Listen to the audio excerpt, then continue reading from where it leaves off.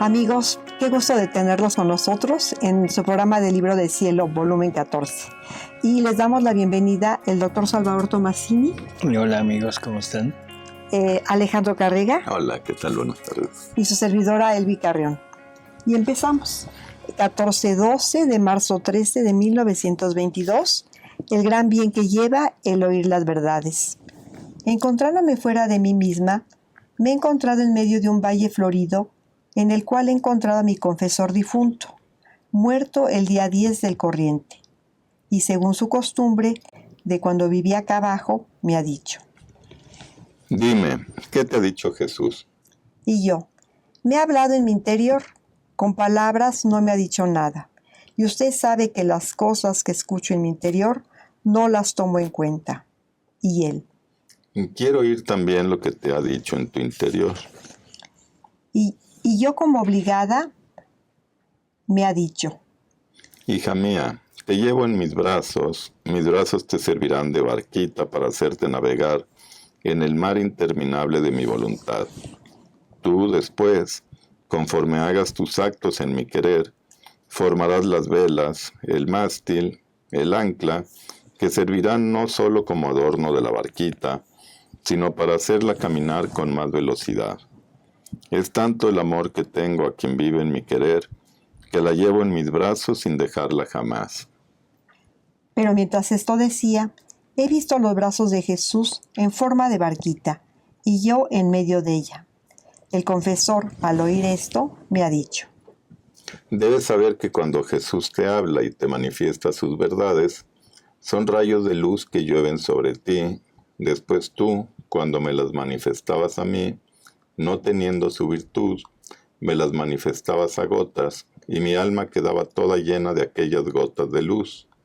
Y aquella luz me incitaba más, y me daba más deseos de escuchar otras verdades para poder recibir más luz. Porque las verdades llevan el perfume celestial, la sensación divina, y esto solo al oírlas. ¿Qué será para el que las practique? Es por esto que amaba y deseaba tanto escuchar lo que te decía Jesús. Este es el testimonio de un alma, del alma del confesor, y que está manifestando lo que él recibe ya una vez llegando al cielo, y lo que él recibe por haber escuchado las verdades que Jesús le daba a Luisa, ¿no? Y luego esa frase que él dice, o sea, creo que esto deberíamos de pensarlo. ¿Qué será de aquellos que la practican? O sea, si nada más escuchar daba este grado de felicidad, de gloria, de luz, ¿qué será para aquellas almas que se ponen a vivir la divina voluntad?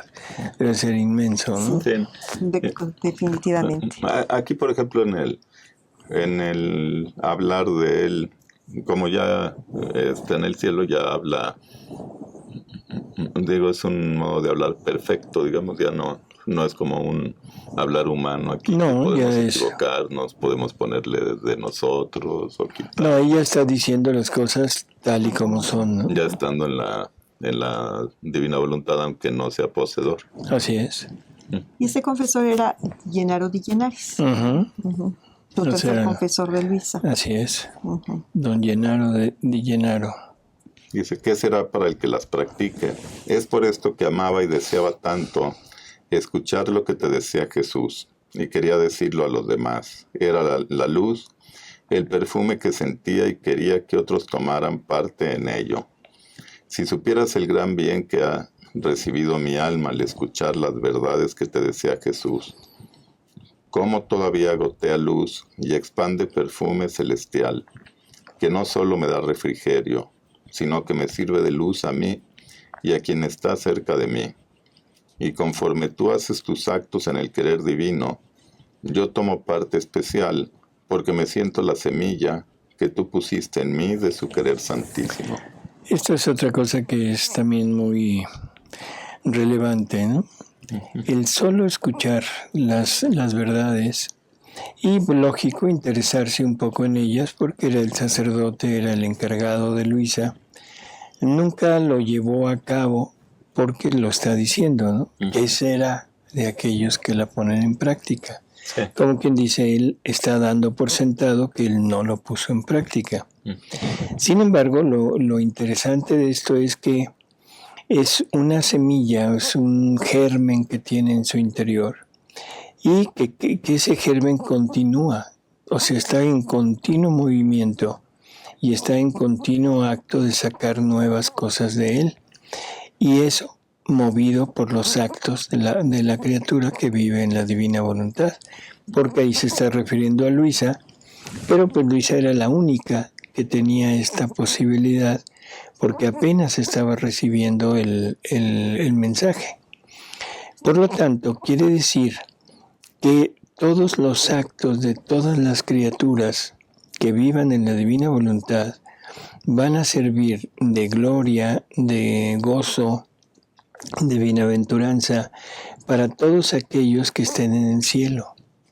O sea, aún estando en la tierra, el alma, sus actos van a estar sirviendo de mayor gloria para todos, en especial para las almas que conocieron algo de la divina voluntad, como el Padre, ¿no? Claro.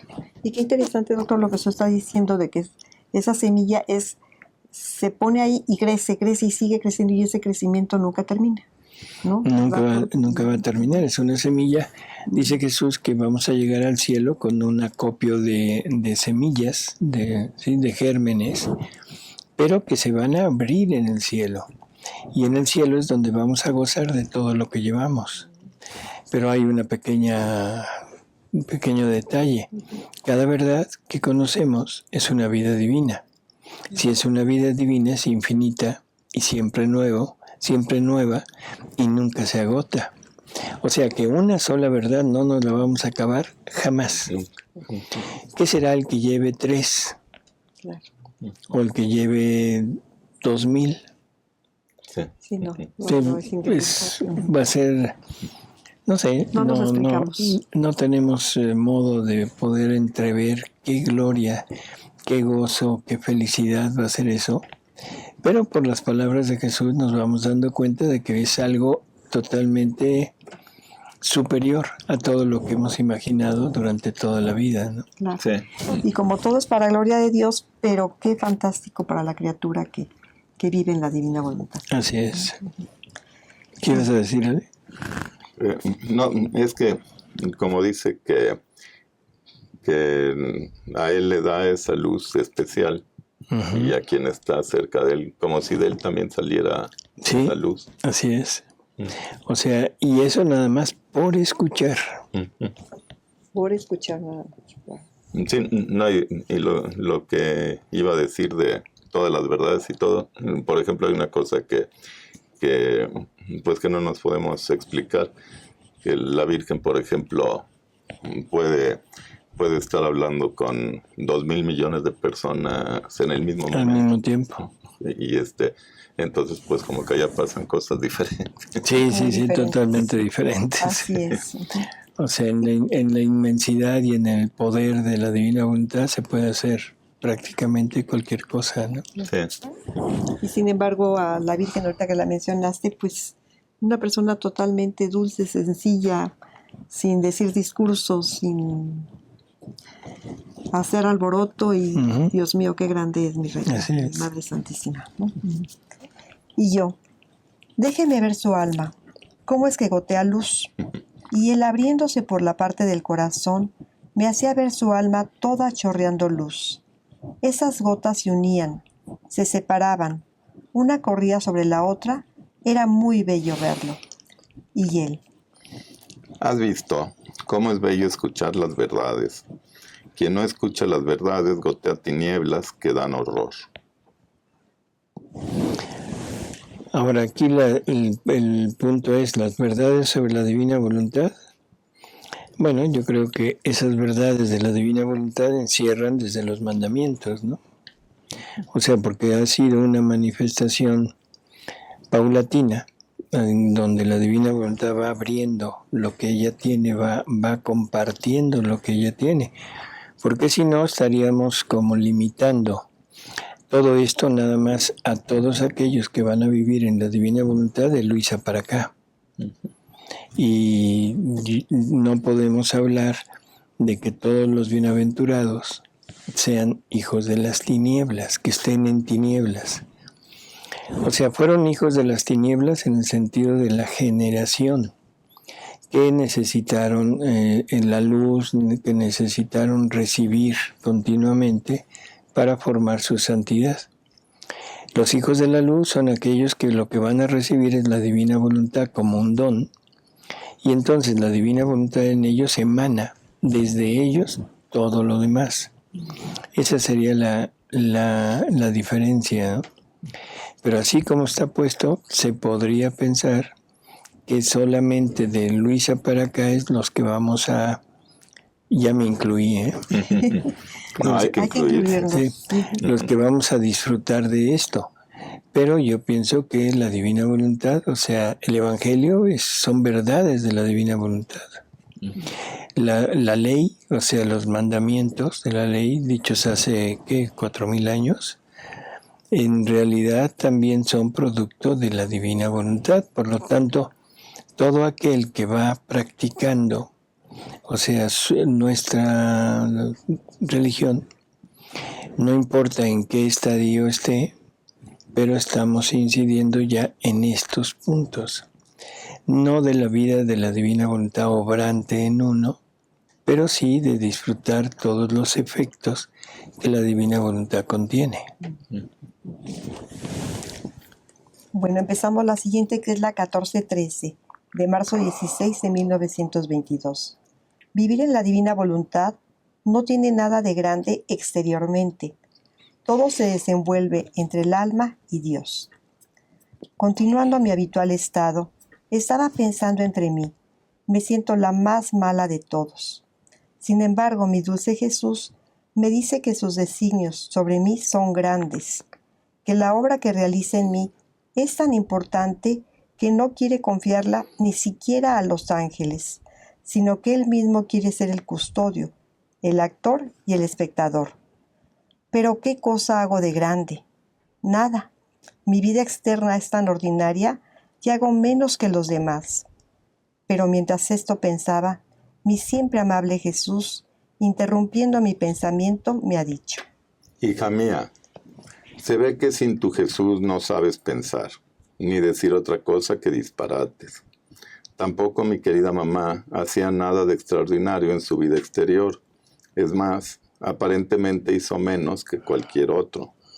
Ella se abajaba a las acciones más ordinarias de la vida, hilaba, cosía, barría, encendía el fuego. ¿Quién habría pensado que ella era la Madre de Dios?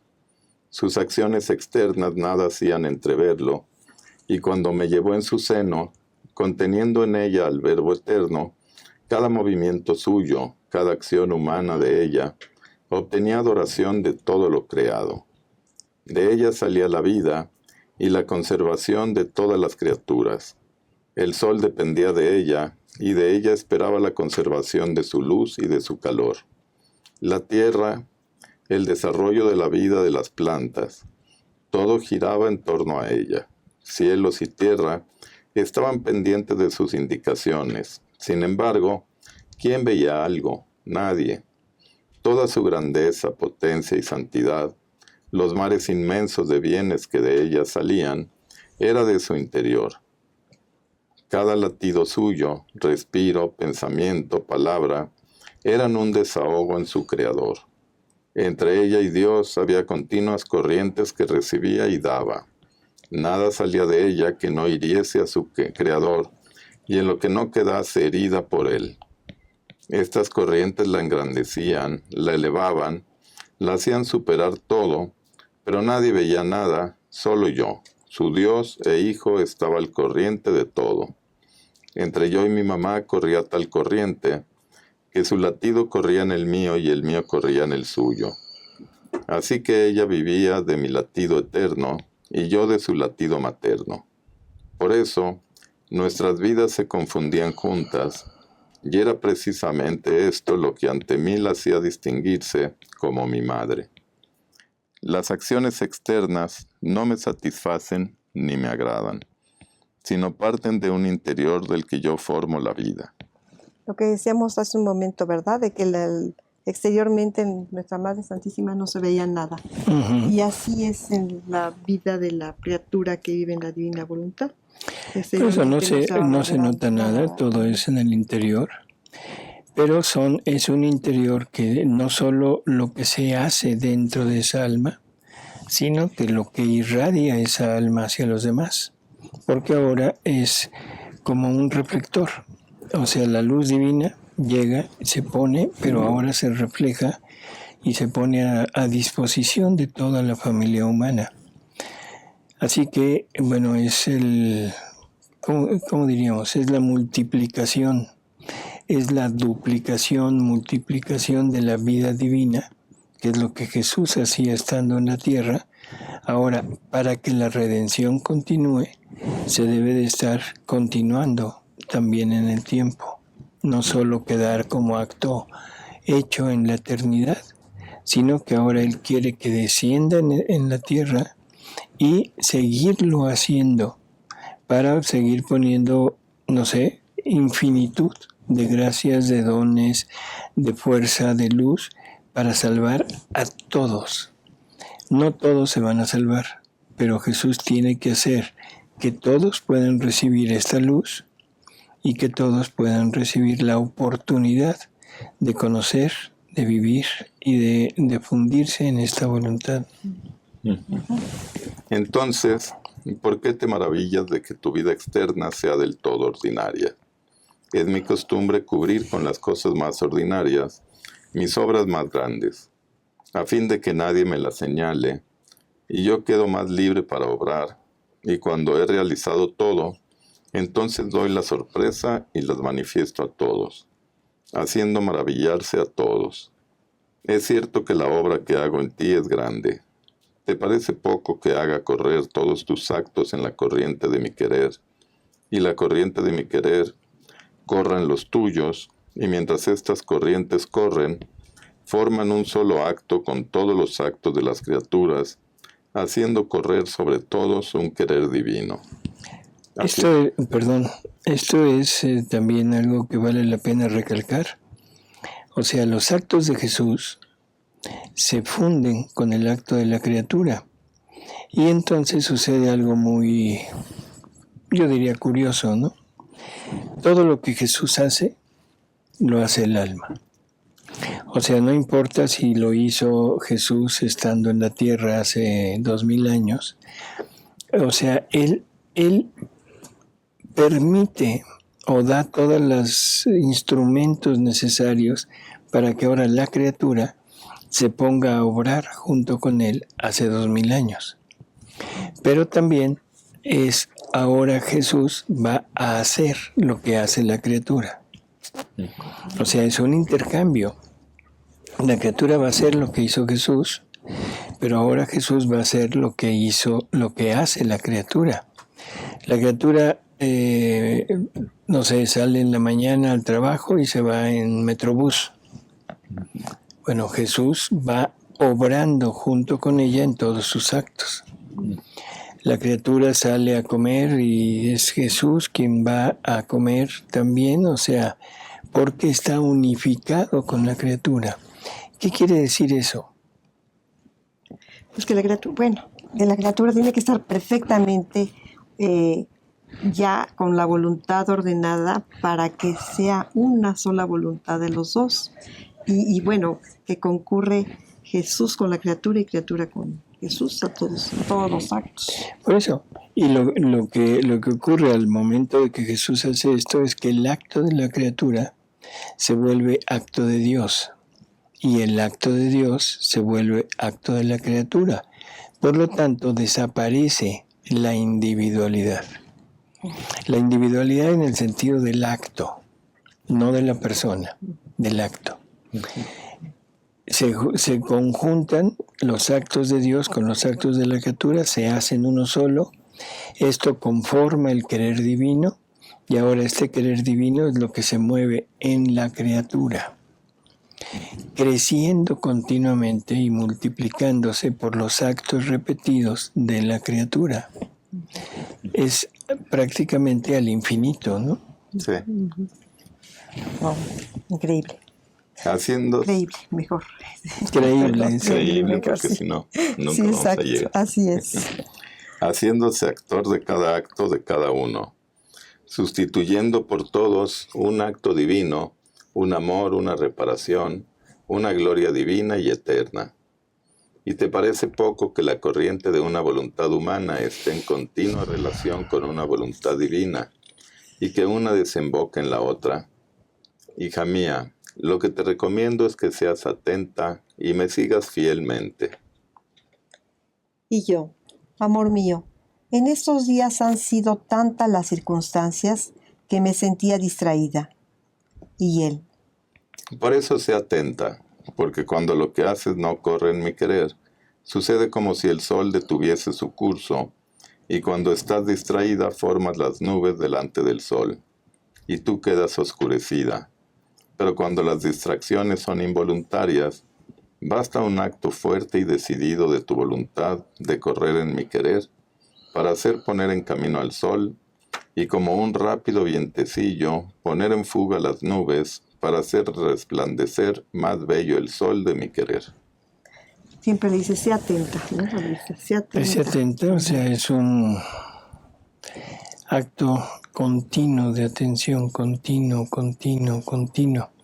Y en ese acto continuo de atención se conjuntan el acto preventivo y el acto actual. O sea, ahí están. La criatura que lleva a cabo ese acto continuo de atención ya no es una criatura que ya no va a tener que estar haciendo actos actuales. ¿Por qué? Porque el acto actual es para reintegrar lo que se nos olvidó, reintegrarlo nuevamente a la vida divina. Y aquí va ya corriendo. Y el acto preventivo es el ponerse en presencia de, para ofrecer nuestra voluntad y que sea la voluntad de Dios la que actúe a través de nosotros. Pero si llegamos a este punto, entonces hay una fusión de voluntades, una fusión de vida. Y si yo estoy dormido, es la divina voluntad quien está durmiendo en mí o me está participando todos sus dones para que yo en el acto de estar dormido estoy ejercitando un acto de voluntad divina. Mi respiro es continuo, mi latido es continuo, mis pensamientos son continuos. Entonces todo eso sirve para que la divinidad lleve a cabo, ponga el acto único de ella y se esté continuamente manifestando. Continuo. Cuando por alguna razón ya no podemos entrar en este ambiente, entonces lo que sucede es que nos quedamos en la parte humana, ¿sí? Y incluso la divina voluntad nos puede servir para llegar a una santidad de virtudes, de una santidad humana muy grande, pero siempre habrá un tope. Sí. O sea, y ese tope es nuestra naturaleza, porque no la podemos remontar. No podemos remontar esta naturaleza sin la ayuda de Dios.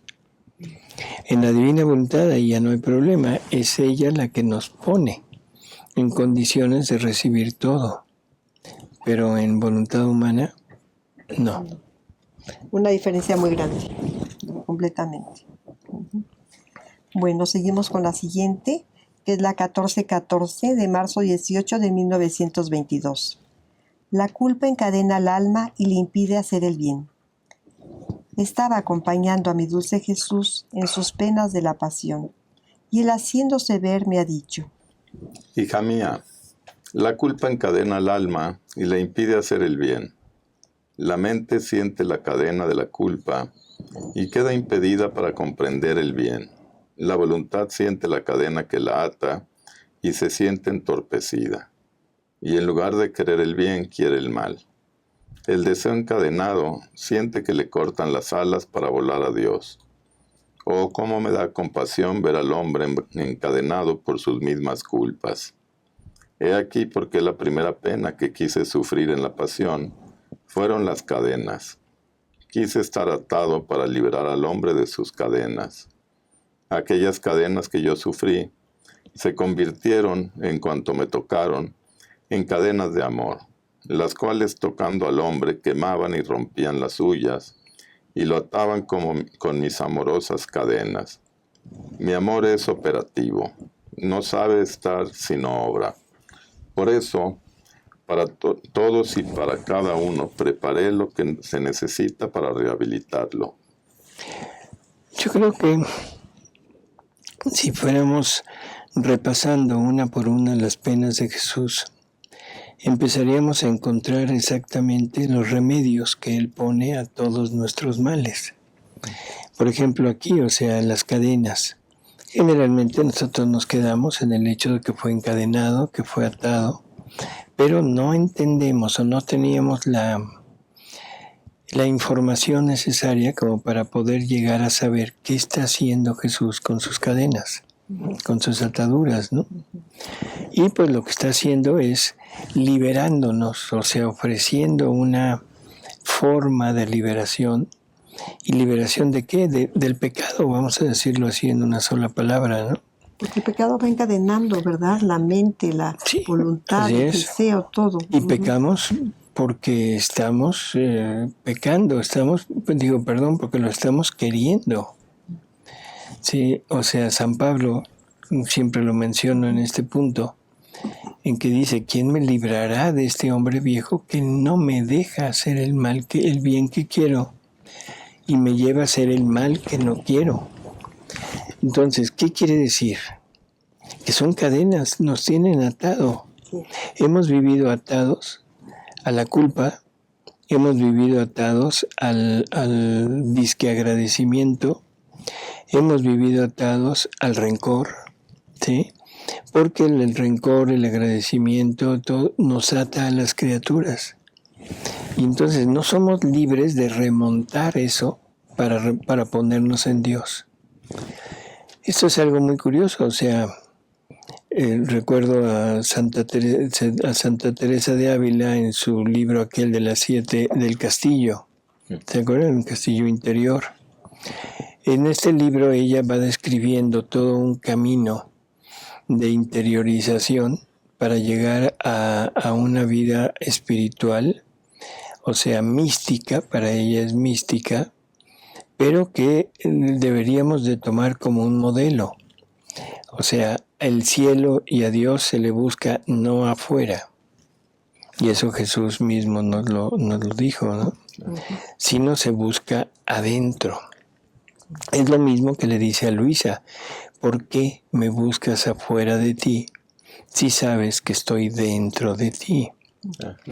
Pero para eso hay que profundizar en nuestro interior e ir siguiendo todo un, no sé si decir camino, pero bueno, un camino de vida espiritual en que vayamos poco a poco acostumbrándonos a vivir en unión con lo divino para poder llegar a encontrar la divinidad en mi interior. No la divinidad mía, porque en la New Age y ciertas corrientes nos hablan de que somos divinos. No estamos hablando de eso. Estamos hablando de encontrar a la divinidad que es Jesús, que mora en el interior de nosotros, porque nosotros lo hemos invitado a morar y hemos arreglado nuestra casa para que Él pueda morar ahí. Entonces no se trata de ninguna New Age ni nada por el estilo, pero es muy, ¿cómo diríamos? Muy reconfortante oír todas estas... Claro que sí.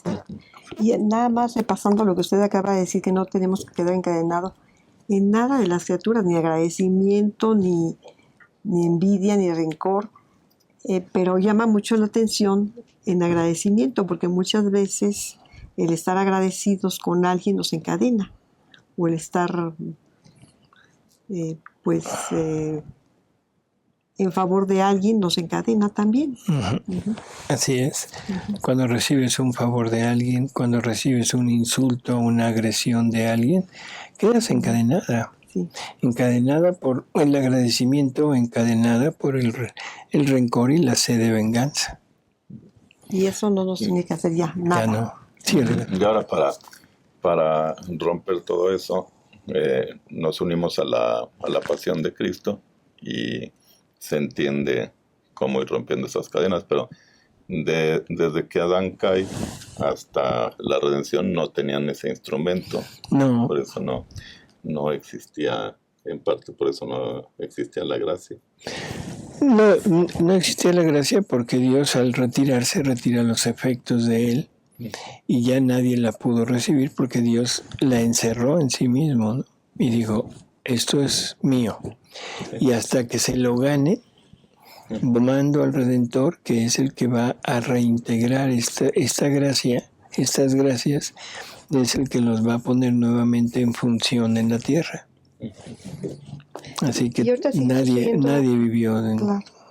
Y ahorita sigue sucediendo, doctor, de que si alguien no quiere a Jesús, no desea saber nada de él, ¿no le llega la gracia? Así como en su interior para hacerlo crecer, no. Le puede llegar la gracia en sentido de luz, para que trate de entender y se enfrente a una carencia que tiene, que a lo mejor no ha reconocido, pero esa carencia se llama Dios, Dios en el interior. Cualquier persona, cualquiera, ahora que se discute mucho sobre, por ejemplo, el derecho a morir, ¿cómo dicen? De la eutanasia, pero con calidad. Sí, o sea, perdón, pero... Una muerte de calidad. Una muerte de calidad.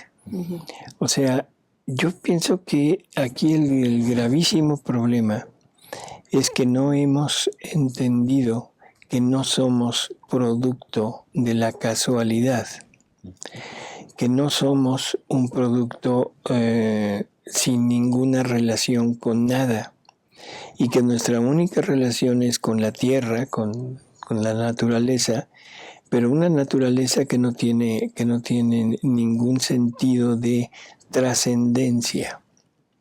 Entonces soy algo más de esta naturaleza y estoy acostumbrado a ver que la hoja del árbol se seca, se cae, se pudre, se deshace. Estoy acostumbrado a ver que el animal muere, se pudre, se deshace y pensamos que nosotros somos iguales. Entonces hemos perdido de vista la enorme diferencia que existe entre lo creado y nosotros. Al no tener esa conciencia, lo que pasa es que pierdo de vista también a Dios. Perdiendo de vista a Dios, no le hago caso, y menos si me dicen todo esto, ¿no? Sí. O sea, de que parece como cuento de hadas, como un cuento de fábula, y me va orillando al descreimiento. No sé si estemos de acuerdo, porque incluso estas verdades que son imanes para el alma, pero para el alma dispuesta, porque estas verdades pueden ser de rechazo o pueden ser imanes, pero para el alma no dispuesta y que va a distorsionar esto. ¿Sí? Y pensar que para Dios el hombre fue su máxima creación. Así es. Y entonces vivimos encadenados continuamente, vuelvo a repetir, vivimos encadenados a nuestros instintos, a nuestras miserias, a nuestras culpas. Vivimos encadenados a las consecuencias de todo eso. Esos son los trastornos psicológicos que tenemos. Cuando hemos perdido la brújula de qué somos, de a dónde vamos, de con quién vamos, y que nos enfrentamos a un mundo que no podemos manejar por la ausencia de ese ser, y ahí está la cadena atada a mis miserias, a mis pecados, a mis maldades, pero ahora me encadeno también a mi terapeuta. Me encadeno a mi psicólogo, me encadeno a mi psiquiatra, Cosa curiosa. Vamos formando cadenas en vez de unir una sola cadena con Jesús. Jesús viene a romper todas estas cadenas y me ofrece sus cadenas para quedar atado a Él. ¿Sí? Y Él, recordemos, nos va a dar el fabuloso don de la integridad con Él. Y Él no tiene complejos, no tiene fobias, no tiene nada, o sea, Él es íntegro con su ser y eso es lo que nos va a dar. La perfecta curación de todo eso es Jesús. Ya no voy a estar atado a lo que me hacen, porque como dijiste, Alejandro, lo que me hacen daño, algún mal, lo voy a unir, lo voy a encadenar a lo que le hicimos a Jesús. Sí. Y entonces Jesús va a tener el consuelo de un alma que lo acompaña y nosotros vamos a tener el consuelo de Jesús con nosotros y vamos a aumentar, diría yo, esa fuerza de salvación para todas las demás almas. Sí, yo pensaba el otro día, por ejemplo, que Adán falló en la prueba, le dijo que no a Dios, le dijo que sí al mundo, pero le dijo no a un Dios que lo amaba mucho, pero un amor pues como de abrazo, no sé. Entonces, como que Dios tiene que desarrollar ese otro amor, el amor sufriente, el decir, te amo tanto de que muero por ti. Uh-huh. Entonces, como que es en la mente del hombre un crecimiento de ese amor de Dios. Cuando ya Dios muere, es el máximo amor, ¿no? Así es. Entonces ese amor que nos está demostrando Dios es para usarlo. Exactamente, o sea, ese es el punto.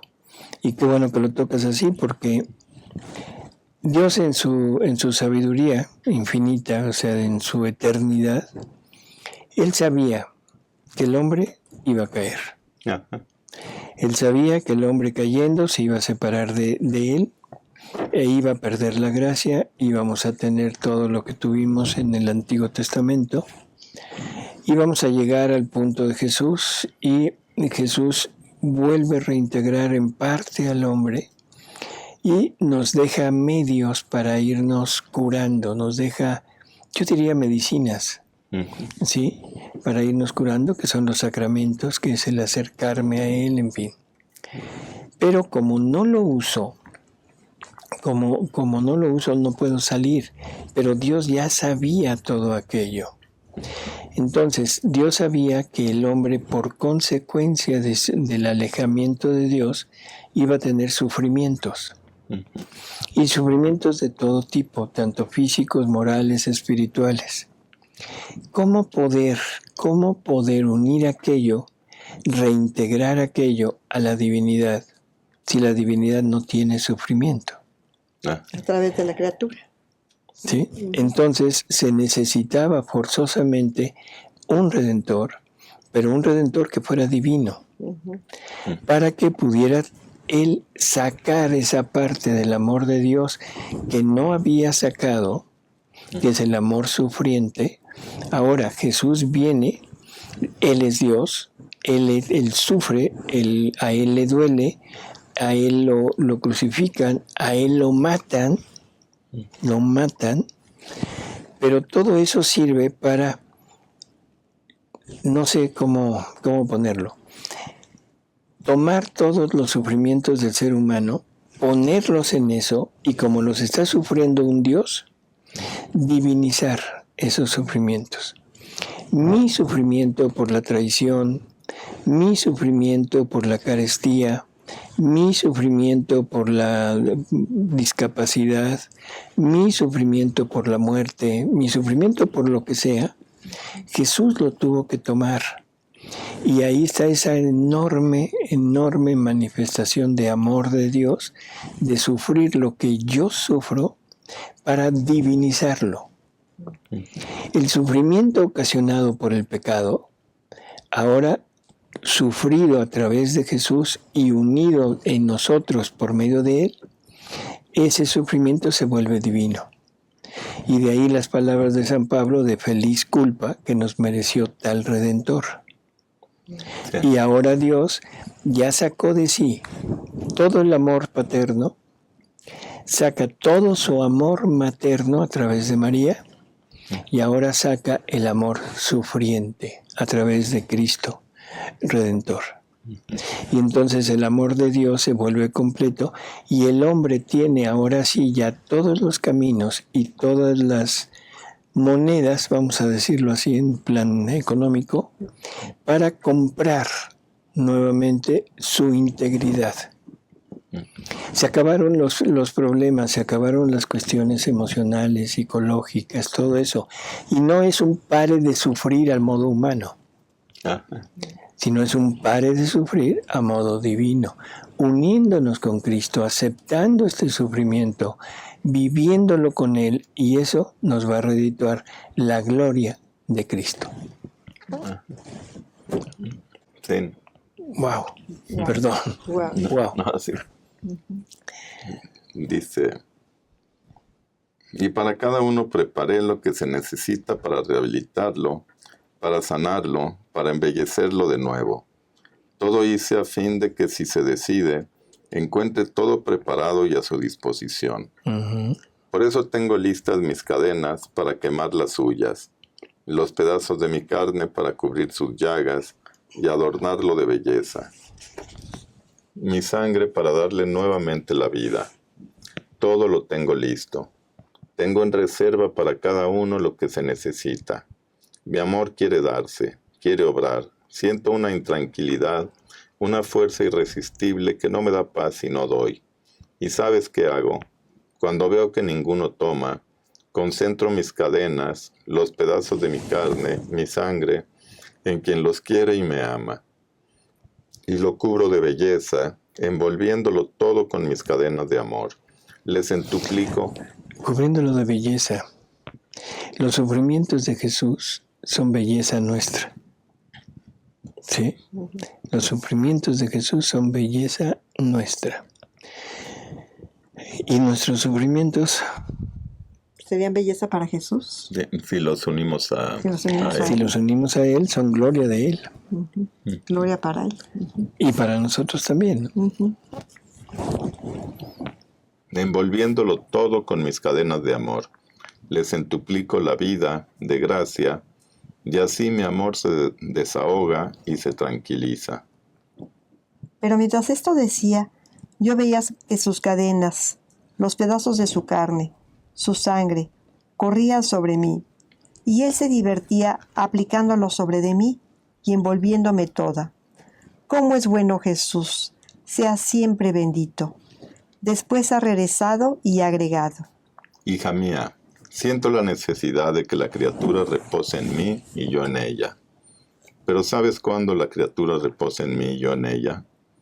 Cuando su inteligencia piensa en mí y me comprende. Ella reposa en la inteligencia de su creador, y la del creador encuentra su reposo en la mente creada. Cuando la voluntad humana se une con la voluntad divina, las dos voluntades se abrazan y reposan juntas. Si el amor humano se eleva sobre todas las cosas creadas y ama solo a su Dios, qué bello reposo encuentran mutuamente Dios y el alma. ¿Quién da reposo? ¿Quién da reposo? Espérame. ¿Por qué esto último no dice memoria? Si nos fijamos, primero habla de la inteligencia, que es una de las potencias del alma. Sí. Cuando la inteligencia se une a la inteligencia divina, Dios reposa. Después habla de voluntad. La voluntad humana, cuando se une a la voluntad divina, entonces Dios se reposa. La siguiente potencia es la memoria, pero ahí ya no habla de memoria. Pero sería el amor. El amor. Y esto ya lo hemos mencionado, pero conviene repetirlo. Si no hay memoria, nunca podría llegar a haber amor. Dios no necesita memoria, porque Dios es un eterno presente. A Dios no se le puede olvidar nada, porque todo lo tiene actual. pero nosotros sí. Por eso es que nos dan la memoria para recordar lo que ha sido hecho por Dios y poder llegar a amarlo. Por eso aquí no se menciona la memoria y como que se nos pierde la idea de que son las tres potencias del alma las que deben estar unidas para que Dios repose. Qué bello reposo encuentran mutuamente Dios y el alma. Uh-huh. Quien da reposo lo encuentra. Yo le hago de lecho y la tengo en el más dulce sueño, estrechada entre mis brazos. Por eso ven y reposa en mi seno. Pues hay que hacer reposo para Jesús. Así es. ¿No? Y hay que reposarnos en Jesús. Uh-huh.